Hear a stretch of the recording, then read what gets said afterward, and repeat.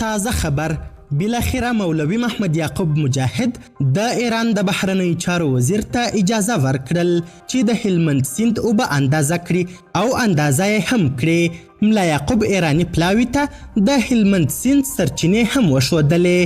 دا چې د هلمند سیند په اړه ایرانی وزیر څه ویلي، ملا یعقوب ولې ایرانی پلاوي ته د هلمند سیند د اوبو د اندازې اجازه ورکړل، بشپړ حال را سره همدغه روانه ویډیو کې کتلی سي.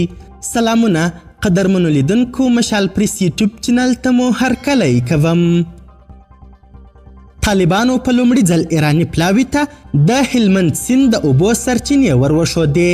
ایران وایي په لومړي ځل یې تخنیکي پلاوي د هلمند سیند سرچینه ولیده.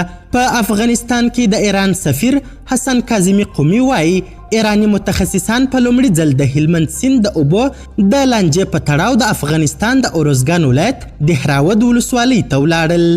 د ایران د مهر دولتي خبري اژانس د راپور له مخې قومي وویل زموږ تخنیکي پلاوی اوس په کابل کې دی، د هلمند سیند سرچینو ته یې سفر کړی او ژر به یې راپور ترلاسه سي. د سږکال په جون میاشت کې ښاغلي قومي ویلي و چې د طالبانو حکومت کجکي بند ته د ایران د یو تخنیکي پلاوي له سفر سره موافقه کړې ده. ایرانی چارواکي وایي چې که په دغه بند کې کافي اوبه وي، طالبان یې باید خوشي کړي چې ایران ته زیاتې اوبه ورسیږي. د طالبانو د حکومت چارواکو په دې اړه د ازادۍ راډیو پوښتنه ځواب نه کړه، خو نږدې 3 اونۍ وړاندې کاظمي قومي ایراني رسنیو ته ویلي و چې طالب چارواکو د دې پلاوي له تلو سره موافقه کړې ده.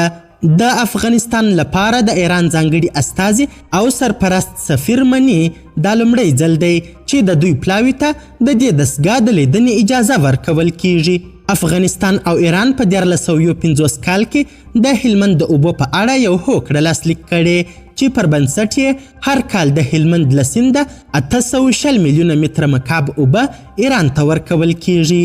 تر دې وړاندې د ایران جمهور رئیس ابراهیم رئیسی طالبان وګواښل چې د خبرې جدي وګڼي، خو د طالبانو د حکومت ویاند ذبیح الله مجاهد د هغه په جواب کې وویل د هلمند د سیند اوبه کمې سوي او تر خوا په کمال خان بند کې هیڅ اوبه نسته چې ایران ته ورسیږي.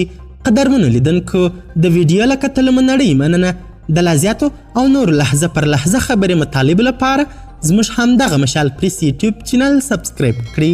تر بیا او بلې ویډیو ښه وخت ښې چارې، د الله په امان.